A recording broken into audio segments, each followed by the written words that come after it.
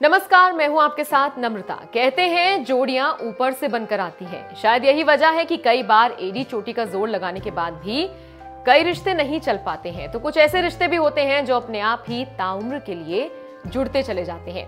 ऐसे में ये मायने नहीं रखता कि पार्टनर का बीता हुआ कल क्या और कैसा रहा है।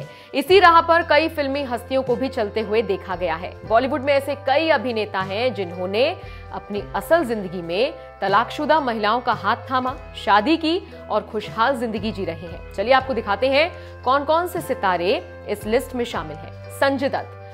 संजय दत्त का नाम भले ही कितनी ही महिलाओं से जुड़ा हो, लेकिन उनकी जिंदगी में स्थिरता और ठहराव लाने का श्रेय मान्यता दत्त को ही जाता है।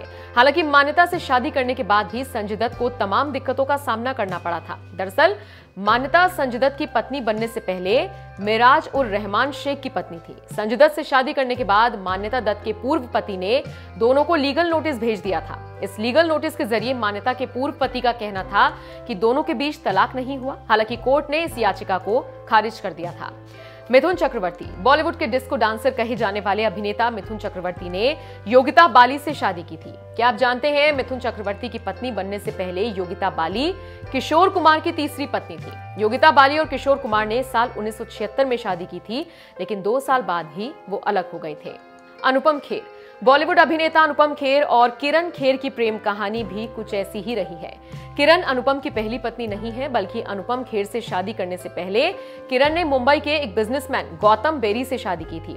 हालांकि 1985 में दोनों का तलाक हो गया था और इसी साल किरण ने अनुपम से शादी कर ली थी। अनुपम और किरण एक दूसरे को सालों से जानते थे, एक दूसरे को पसंद करते थे, लिहाजा दोनों ने शादी करने का फैसला किया। अनुपम ने किरण के बेटे सिकंदर को अपना नाम भी दिया था।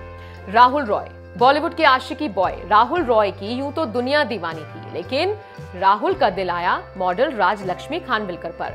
अभिनेता समीर सोनी से तलाक लेने के बाद राजलक्ष्मी ने राहुल रॉय के साथ साल 2000 में शादी की थी। हालांकि 2014 में दोनों का तलाक हो गया था।